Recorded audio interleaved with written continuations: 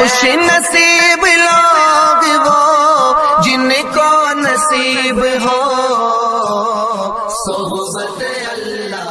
راہ ولی میں وہ تاثیر دیکھی، بدلتی ہزاروں کی تقدیر دیکھی۔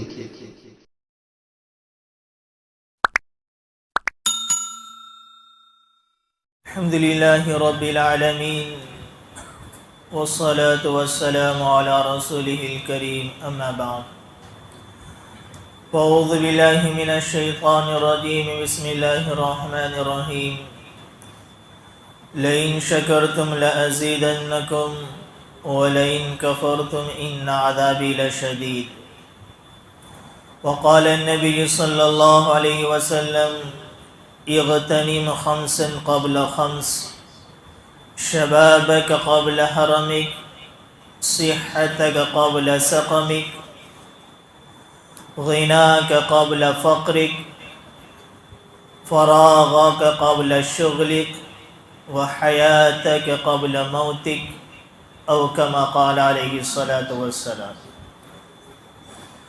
بزرگان محترم اور میرا عزیز ساتھیو، اللہ رب العزت کا بڑا احسان و کرم ہوا، اللہ رب العزت نے ہم سب کو اس کے گھر میں دین کی نسبت سے جمع ہونے کی توفیق عطا فرمائی۔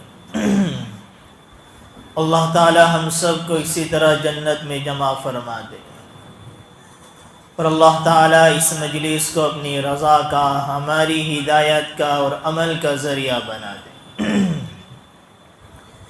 قرآن کریم کی ایک آیت کریمہ بڑی معروف و مشہور میں نے آپ کے سامنے تلاوت کی۔ بڑی مشہور آیت کریمہ ہے، بڑا چھوٹا ہر ایک عام طور پر اس کا ترجمہ سمجھتا ہے، جانتا ہے۔ اور اسی طریقے سے ایک حدیث پاک میں نے تلاوت فرمائی۔ اس حدیث پاک میں نبی کریم صلی اللہ علیہ وسلم نے ارشاد فرمایا کہ 5 نعمتوں کو 5 چیزوں سے پہلے غنیمت جان لو۔ اگر اللہ تعالیٰ نے یہ 5 چیزیں تمہیں عطا فرمائی ہے، اگر اللہ تعالیٰ نے یہ 5 نعمتیں تمہیں عطا فرمائی ہے، تو ان 5 نعمتوں کے ختم ہونے سے پہلے کسی اور چیز میں تبدیل ہونے سے پہلے اس کی قدردانی کر لو۔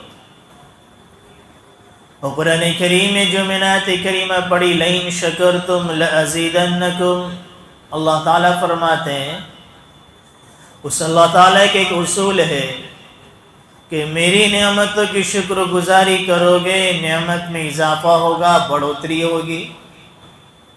وَلَئِن كَفَرْتُمْ، اگر میری نعمت کی ناقدری کی گئی، ناشکری کی گئی، تو ان عذابی لشدید، میرا عذاب بڑا خطرناک ہے۔ وہ 5 چیزیں کیا ہے؟ تو نبی کریم صلی اللہ علیہ وسلم ارشاد فرماتے قبل شبابک قبل حرمک صحتک قبل سقمک وغناک قبل فقرک وفراغک قبل شغلک وحیاتک قبل موتک۔ نبی کریم صلی اللہ علیہ وسلم ارشاد فرماتے ہیں کہ 5 چیزوں کو 5 چیزوں سے پہلے غنیمت جان لو۔ اپنی جوانی کو بڑھاپا آنے سے پہلے غنیمت جان لو، صحت کے زمانے کو بیماری آنے سے پہلے غنیمت جان لو۔ اللہ نے آپ کو مال دیا، غنا کی حالت میں رکھا ہے، تو فقر آنے سے پہلے مالداری کو غنیمت جانو۔ اللہ نے فرصت کے لمحات دیے ہیں، ان فرصت کے لمحات کو مشغولیت کے آنے سے پہلے غنیمت جانو۔ اللہ نے زندگی دی ہے تو موت سے پہلے زندگی کو غنیمت جانو۔ یہ 5 چیزیں ہمارے نبی نے ارشاد فرمائی۔ تو پہلی چیز ارشاد فرمائی شبابک قبل حرمک، اللہ نے جوانی دی ہے، طاقت دی ہے، صحت ہے، قوت ہے، بدن میں جوانی کا عالم ہے، تو اس جوانی کے دور کو بڑھاپے آنے سے پہلے غنیمت جان لو۔ اللہ تعالیٰ کو جوانوں کی عبادت بڑی محبوب ہے، کیونکہ جب بندہ جوان ہوتا ہے گناہ کی طاقت ہے، نافرمانی کی طاقت ہے، خواہشات موجود ہے، پھر بھی اپنی خواہشات کو دباتا ہے، نفس کو کچلتا ہے، شیطان کا اتباع نہیں کرتا، عبادت میں اپنی جوانی کو لگاتا ہے، اللہ کو ایسے جوانی کی عبادت بڑی محبوب ہے۔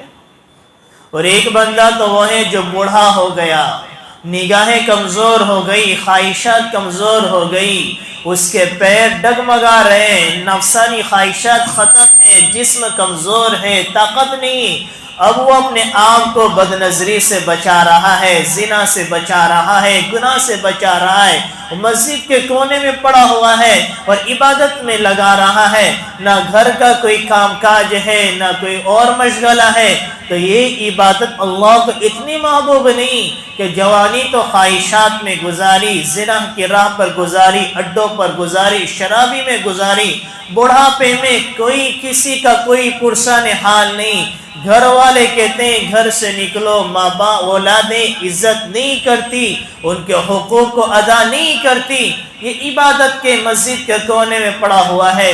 اللہ کو ایسی عبادت اتنی محبوب نہیں جتنی کہ نوجوان کی عبادت اللہ کو محبوب ہے۔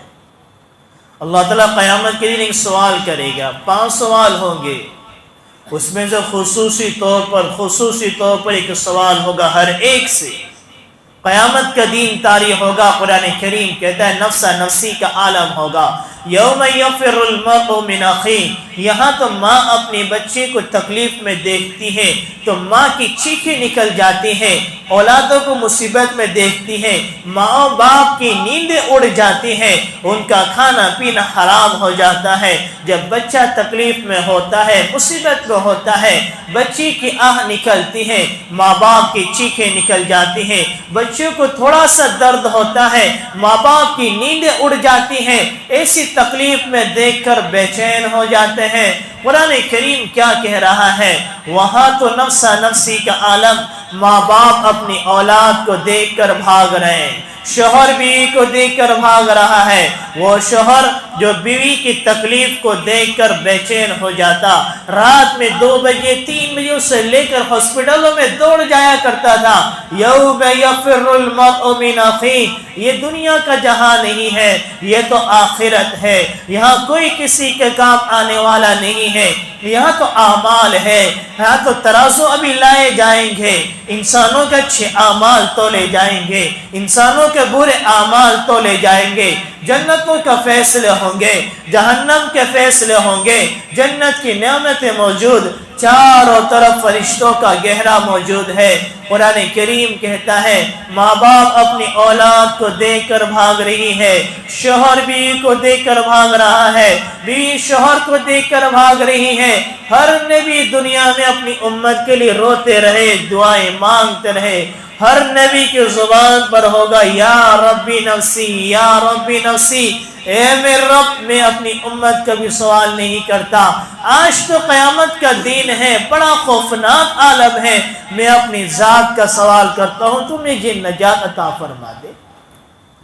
ایسے عالم میں ہر ایک بندے بندی کو اللہ کے سامنے کھڑا کیا جائے گا، اللہ پوچھے گا اپنے سامنے کھڑا کر کے کوئی بھاگنا چاہے نہیں بھاگ سکتا، چاروں طرف فرشتوں کا پہرا ہے، ہر ایک کو اللہ کے سامنے لایا جائے گا۔ اللہ پوچھے گا میرے بندے جوانی دی تھی کہاں گزاری؟ اللہ پوچھے گا جوانی دی تھی، خصوصی طور پر جوانی کا سوال ہو رہا ہے کہ ہم نے جوانی دی تھی کہاں گزاری؟ ہماری عبادت پر لگائی یا نفسانیات پر لگائی؟ میری نبی کی اطاعت پر لگائی یا میرے نبی کے خلاف زندگی گزاری؟ آج ہمارے معاشرے کو دیکھا جائے، ہماری مسلم سوسائٹیوں کو دیکھا جائے، ہماری مسجدوں کا جائزہ لیا جائے، ہماری مسجدیں نوجوانوں سے خالی پڑی نظر آتی ہیں، ہمارے نوجوان کی زندگیاں غیروں کے نقش قدم پر چلتی ہوئی نظر آ رہی ہے۔ انہوں نے ہمارے نبی کو آئیڈیل نہیں بنایا ہے، وہ یہ چاہتے ہیں ہمارے بال ہو تو فلاں کی طرح، ہمارے کپڑے ہو تو فلاں کی طرح۔ ایسے لوگوں کو اپنا آئیڈیل بنا رکھا ہے جو پوری دنیا میں بے حیائی کو پھیلا رہے ہیں، جو پوری دنیا میں فحاشی کو پھیلا رہے ہیں، پوری دنیا میں زنا کو عام کر رہے ہیں۔ ایسے لوگوں کو اپنا آئیڈیل بنایا۔ اللہ کے قرآن کریم میں فرماتا لقد کان لکم فی رسول اللہ اسوۃ حسنہ، تمہاری زندگی میں نمونہ نبی کی ذات کا ہونا چاہیے۔ نعوذ باللہ جو نوجوان مسلمان ہے جنہوں نے اپنی زبان سے کلمہ بھی پڑھا ہے، اللہ کی وحدانیت کی اقرار بھی کیا ہے، نبی کی رسالت کی گواہی بھی دی ہے، لیکن پھر بھی چاہتے میرے بال فلاں کی طرح ہو، میرا چہرہ فلاں کی طرح ہو، میری باڈی، میرے پرسنالٹی میں فلاں کی طرح دیکھوں، تو کیا نعوذ باللہ ہمارے نبی سے وہ زیادہ خوبصورت ہے جن کو اپنا آئیڈیل آپ لوگوں نے بنایا ہے؟ اللہ نے ہمارے نبی سے زیادہ ان کو خوبصورتی عطا فرمائی۔ حسان بن ثابت تو فرماتے وَأَحْسَنَ مِنْكَ لَمْ تَرَ قَطُّ عَيْنِي، اے نبی آپ جیسا حسین آج تک کسی آنکھوں نے دیکھا نہیں ہے۔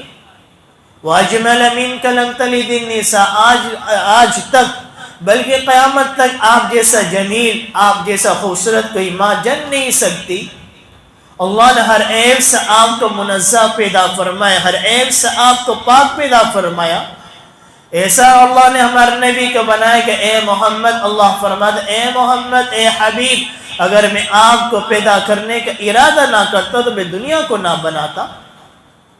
تو ہم نے اپنے آئیڈیل ایسے لوگوں کو بنا رکھا ہے جو فحاشی کے راستے پر چل رہے ہیں، جو زنا کی راہ پر چل رہے ہیں، جو شرک کی راہ پر چل رہے ہیں، جو کفر کی وادیوں میں پڑے ہوئے ہیں، جو جہنم کی راہ پر چل رہے ہیں۔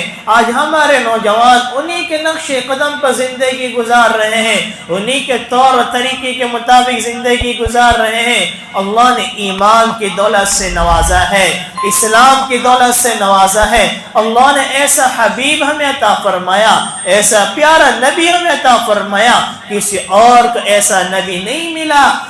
لیکن پھر بھی ہم نے ہماری جوانی کو کسی اور کے نقش قدم پر گزار دی۔ دنیا کی زندگی مختصر سی گزر جائے گی، جب اللہ اپنے سامنے کھڑا کرے گا، میں نے خوبصورتی دی تھی، میں نے جوانی دی تھی، میں نے طاقت دی تھی، تو نے اپنی جوانی کو کہاں لگایا؟ اپنے چہرے مہروں کو، اپنی صبح شام کی زندگی کو کہاں لگایا؟ اللہ کے سامنے کیا جواب دیں گے؟ تو بڑی مختصر سی زندگی ہے، بڑا مختصر سا دور ہے۔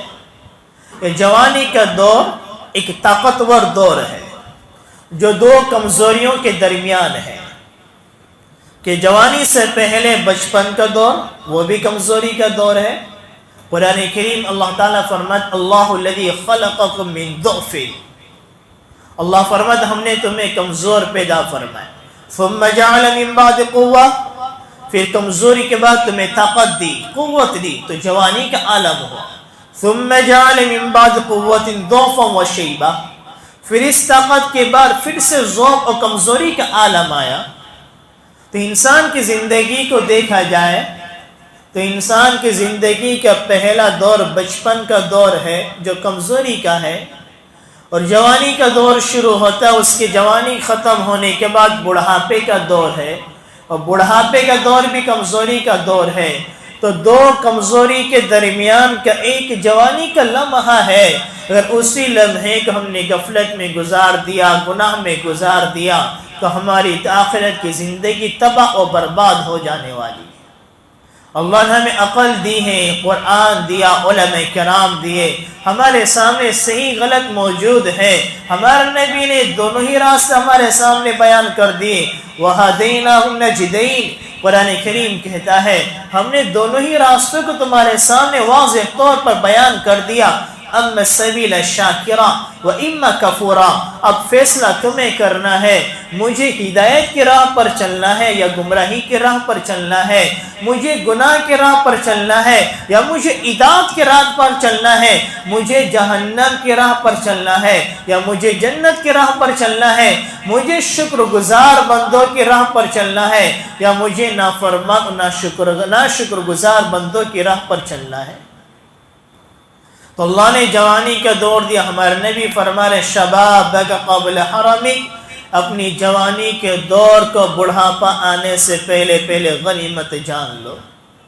جب انسان بڑھاپے میں پہنچ جائے پھر انسان لاکھ دعائیں کرتا رہے، رمضان کا مہینہ ہو، شب قدر ہو، حرم شریف ہو، انسان پوری رات سجدے میں بیٹھ کر دعا مانگتا رہے، یا لیت الشباب یعود، یا لیت الشباب یعود، اے کاش کہ جوانی واپس لوٹ آئے، جوانی واپس لوٹ آئے تاکہ میرے بدن میں طاقت آ جائے، میں کھڑے رہ کے نماز پڑھ سکوں، میں پوری 20 رکعت تراویح پڑھ سکوں، میں رمضان کے روزے رکھ سکوں، میں نوافل عبادت ادا کر سکوں، میں عبادتیں کر سکوں۔ یا لیت الشباب یعود، پوری رات دعائیں کرتا رہے، تمنائیں کرتا رہے۔ اب بڑھاپا آ گیا، جوانی لوٹ کر آنے والی نہیں، اللہ تعالیٰ کا اصول ہے، اس کا نظام ہے۔ اس لیے ایک شاعر کہتا ہے، جو جا کر واپس نہ آئے وہ جوانی دیکھی، جو جا کر واپس نہ آئے وہ جوانی دیکھی، اور جو آ کر واپس نہ جائے وہ بڑھاپا دیکھا۔ جو جا کر واپس نہ آئے وہ جوانی دیکھی، جب جوانی چلی جاتی ہے تو وہ واپس لوٹ کر نہیں آتی۔ اسی کو شاعر کہہ رہا ہے، جو جا کر واپس نہ آئے وہ جوانی دیکھی، اور جو آ کر واپس نہ جائے وہ بڑھاپا دیکھا۔ جب بڑھاپا آتا ہے تو یہ بڑھاپا پھر واپس نہیں جاتا ہے، بلکہ انسان کو قبر میں اپنے ساتھ لے کر جاتا ہے۔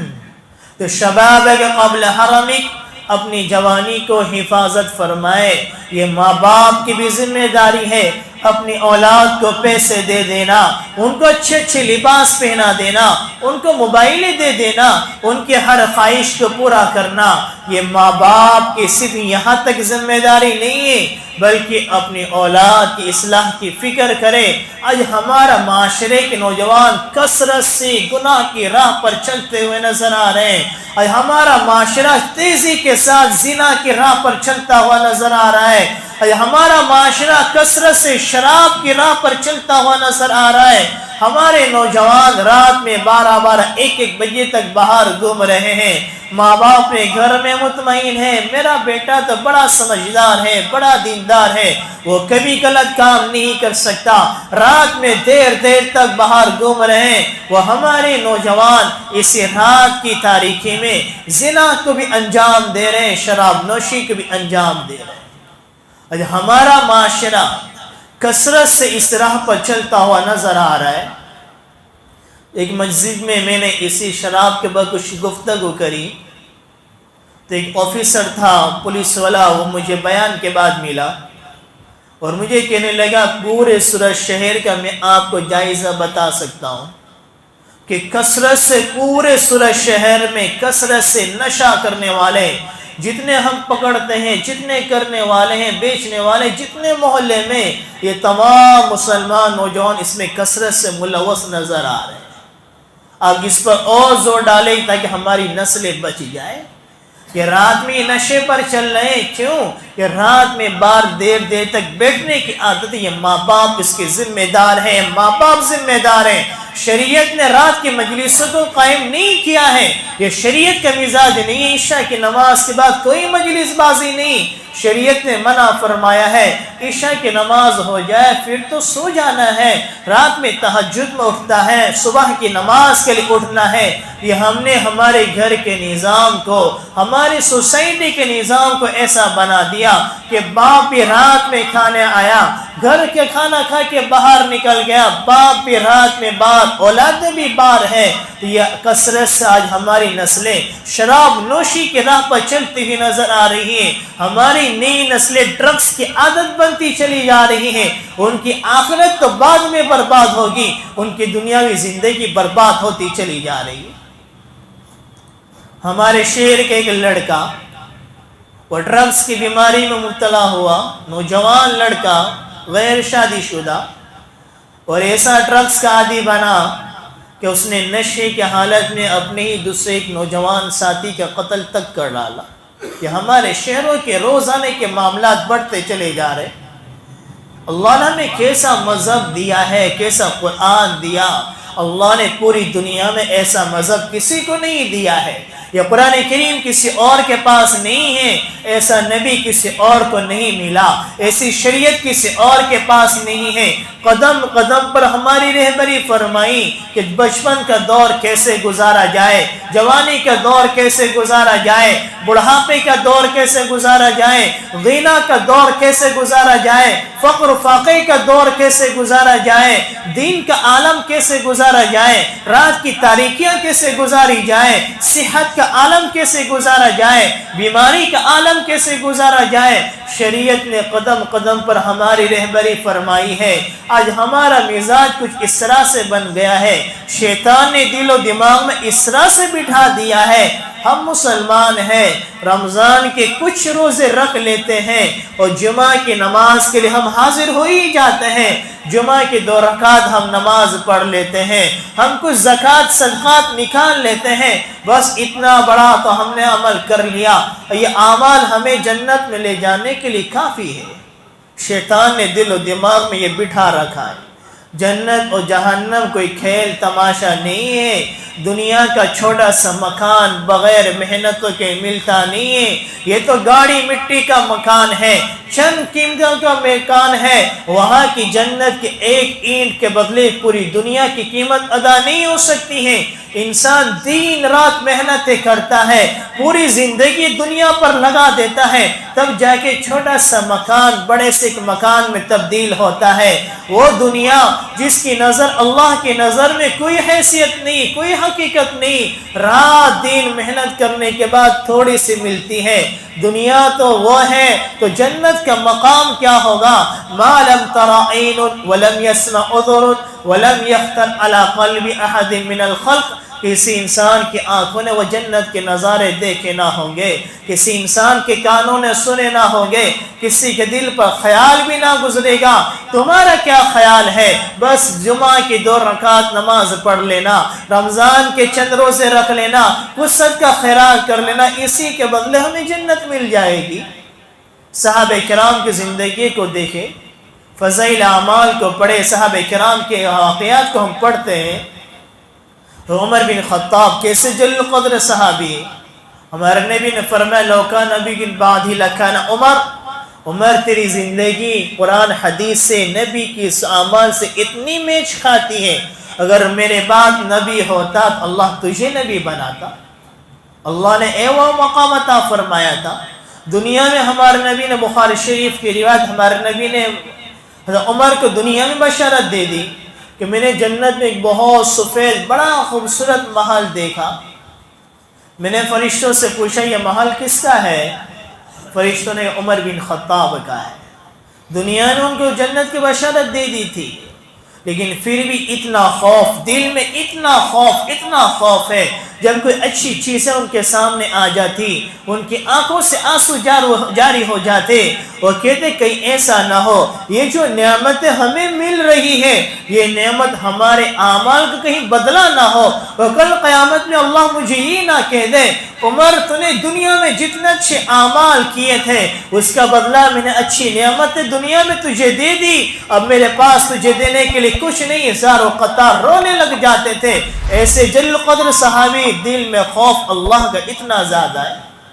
ہمیں تو کسی نے جنت کی بشارت نہیں دی، پھر بھی ہم بڑے مطمئن ہیں، ہم تو جنتی ہیں۔ یہ شیطان کا دھوکہ ہے جو دلوں میں بٹھا کر رکھ دیا ہے۔ واللہ چاہتا ہے ہمیں جنت دینا، اس لیے اللہ نے رمضان کا مہینہ بھی دیا، اس کے بعد بھی اچھے دین دیتے گئے اور راتیں دیتا جاتا ہے تاکہ میرا بندہ میری عبادت کرنے والا بن جائے، شیطان کی اتباع نہ کرے، میرے نبی کے نقش قدم کے مطابق زندگی گزارنے والے بن جائے۔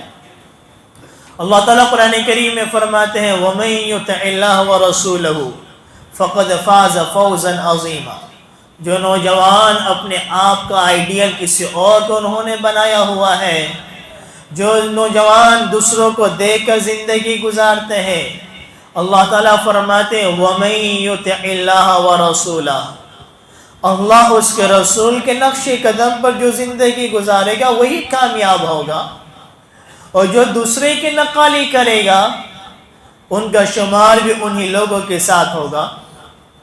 ہمارے نبی نے فرمایا من تشبہ بقوم فہو منہم، جو دنیا میں جن لوگوں کی نقالی کرتا ہے قیامت میں اس کا شمار انہی لوگوں کے ساتھ ہوگا۔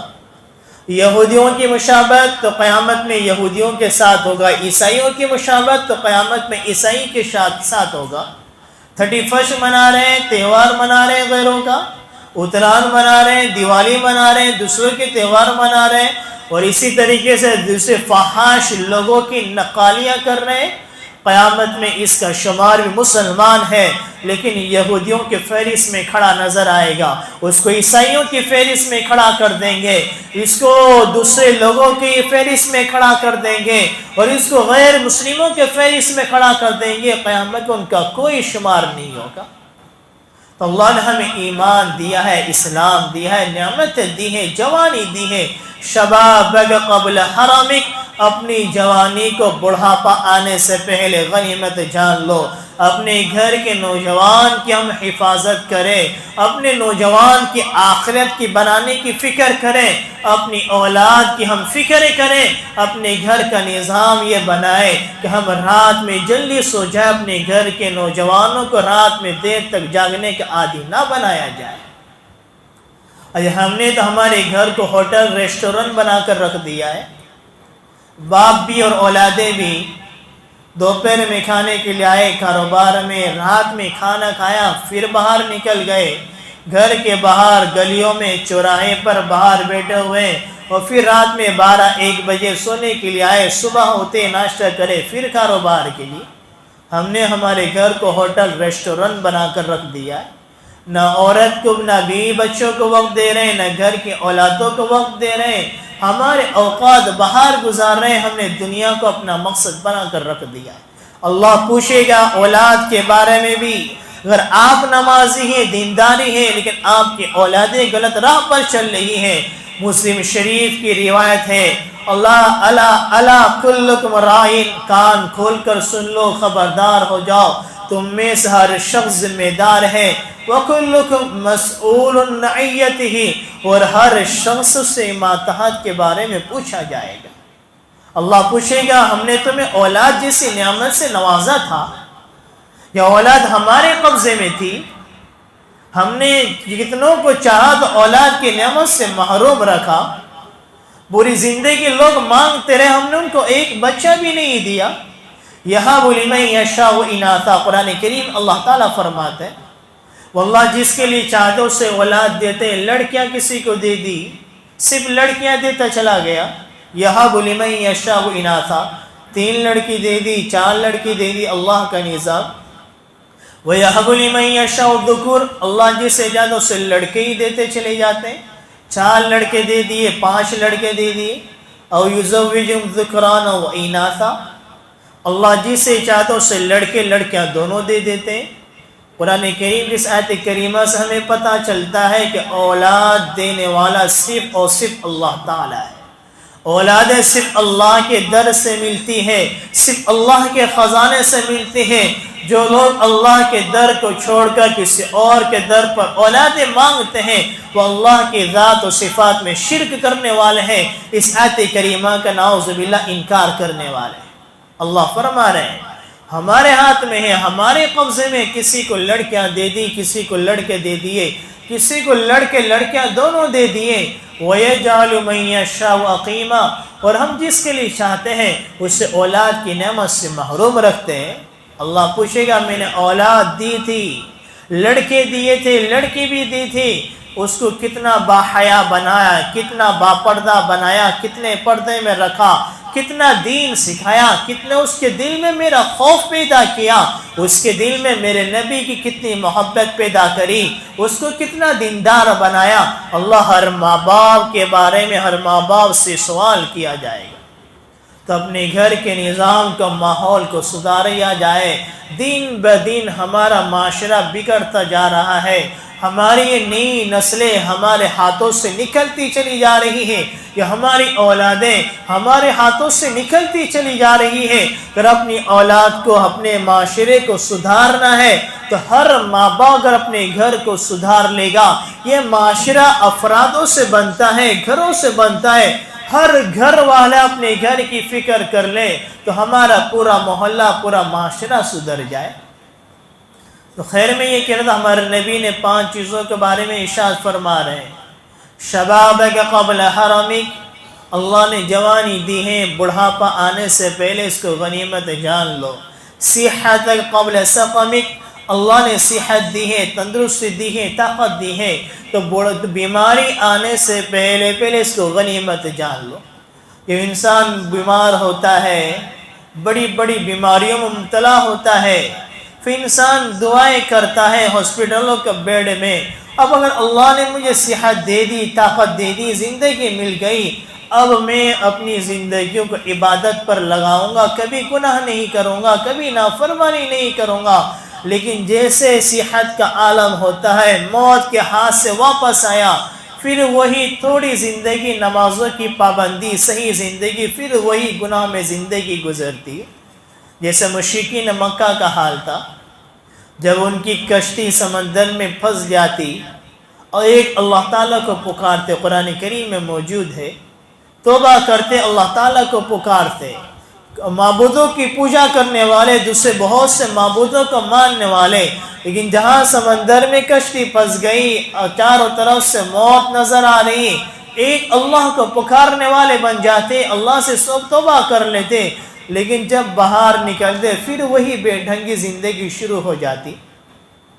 اپنی صحت کا ہمیں اتنا اندازہ نہیں، اللہ نے ہمیں کیسی صحت سے نوازا، اس لیے کبھی کبھی ہم ہاسپٹلوں کے چکر بھی لگا لیا کریں کہ ہاسپٹل میں اگر آپ جائیں، کبھی ایک زندگی میں ایک مرتبہ آپ چکر لگا لیا کرو۔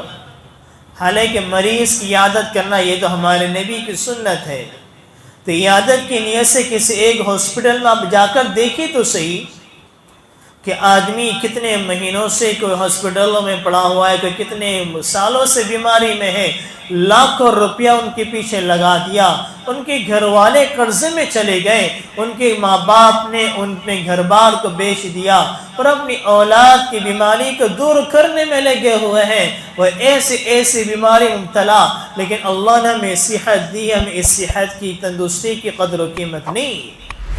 جب یہ صحت بیماری میں تبدیل ہوتی ہے تب انسان پچھتاتا ہے۔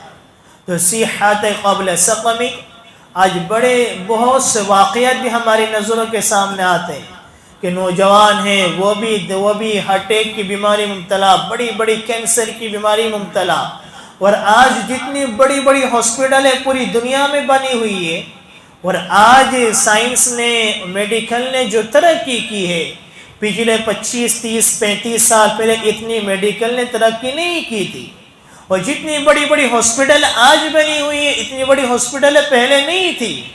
جب میڈیکل سائنس نے اتنی زیادہ ترقی کر لی، اتنی بڑی بڑی ہاسپٹل بنی ہوئی، اتنے زیادہ ڈاکٹر ہیں، تو اس کا مطلب تو یہ کہ بیماریاں ختم ہونی چاہیے تھی، کہ ترقی کا مطلب یہ ہے کہ بیماریاں ختم ہو۔ ایک آدمی کسی چیز میں ترقی کرتا ہے، ترقی کا مطلب یہ کہ اس کے اعلیٰ مقام پر پہنچ گیا۔ میڈیکل سائنس جب ترقی کرا، اس کا مطلب یہ کہ بیماریاں ختم ہو جائے گی یا کم ہو جائے گی، لیکن آپ اندازہ لگائیں 25 30 سال پہلے اتنی بیماریاں نہیں تھی جتنی آج بیماریاں دنیا میں موجود ہے۔ وہی لئن شکرتم لازیدنکم ولئن کفرتم ان عذابی لشدید۔ 25 30 سال پہلے اتنے گناہ عام نہیں تھے، اتنی صحتوں کو گناہ پر نہیں لگایا جاتا تھا جتنا آج صحت کو نافرمانی میں لگایا جاتا ہے۔ وَلَئِن كَفَرْتُمْ إِنَّ عَذَابِي لَشَدِيدٌ۔ اللہ تعالیٰ قرآن کریم میں فرماتا ہے میری نعمت کی شکر گزاری، نعمت میں بڑھوتری ہوگی، نعمت کی ناقدری، ناشکری۔ ہم سمجھتے ہیں کہ نعمت کی ناشکری، ناقدری کیا ہے؟ زبان سے شکریانہ کلمات نکال دینا اور زبان سے کوئی غلط جملے نہ نکالنا، یہ شکر گزاری ناشکری ہے۔ یہ صرف یہی شکر گزاری ناشکری نہیں، اللہ نے صحت دی، طاقت دی، قوت دی، اگر آپ نے صحت کو، طاقت کو، قوت کو گناہ پر لگایا، یہ اللہ کی صحت کی، طاقت کی ناشکری ہوئی۔ جب ہماری صحت کو ہم نے نافرمانی پر لگایا، ہماری طاقت کو ہم نے گناہ پر لگایا، اللہ نے اسی صحت کو بیماری میں تبدیل کر دیا، اور ایسی بیماری میں تبدیل کر دیا۔ خود مریض کبھی موت کی دعائیں مانگتا ہے، گھر والے دعائیں مانگتے ہیں کہ ایسی بیماری سے اسے موت مل جائے وہ بہتر ہے، اسی بھیانک بیماری کیوں آ گئی؟ اس سے پہلے نہیں تھی. اللہ نے طاقت دی تھی, صحت دی تھی, اس صحت کو آپ نے زنا پر لگایا, شراب نوشی میں لگایا, شراب کے اڈے پر لگایا, جوئے پر لگایا, قرآن حدیث کے خلاف لگایا. اللہ نے ویسے آپ کو بیماری مبتلا فرما دیا. خیر میں اپنی بات کو ختم کروں. ہمارے نبی نے فرمایا 5 نعمت کو, 5 چیزوں کو 5 چیزوں سے پہلے غنیمت جان لو. اپنی جوانی کو بڑھاپا آنے سے پہلے غنیمت جان لو. صحت کے دور کو بیماری آنے سے پہلے غنیمت جان لو. اپنے اللہ نے مال دیا ہے, فراخی ہے, تو مالداری کو فقر آنے سے پہلے غنیمت جان لو. اللہ نے فرصت کے لمحات دیے ہیں, اس فرصت کے لمحات کو مشغولی آنے سے پہلے غنیمت جان لو. اللہ نے زندگی دی ہے, کب یہ زندگی ختم ہو جائے گی؟ ہمارے سامنے صرف بوڑھوں کے جنازے نہیں اٹھتے ہیں, ہمارے سامنے نوجوانوں کے جنازے بھی اٹھتے ہیں. اللہ نے زندگی دی ہے, موت آنے سے پہلے زندگی کو غنیمت جان لو. اللہ تعالی ہم سب کو جو کچھ کہا گیا اس پر عمل کرنے کی توفیق عطا فرمائے. آمین. وما علینا الا البلاغ.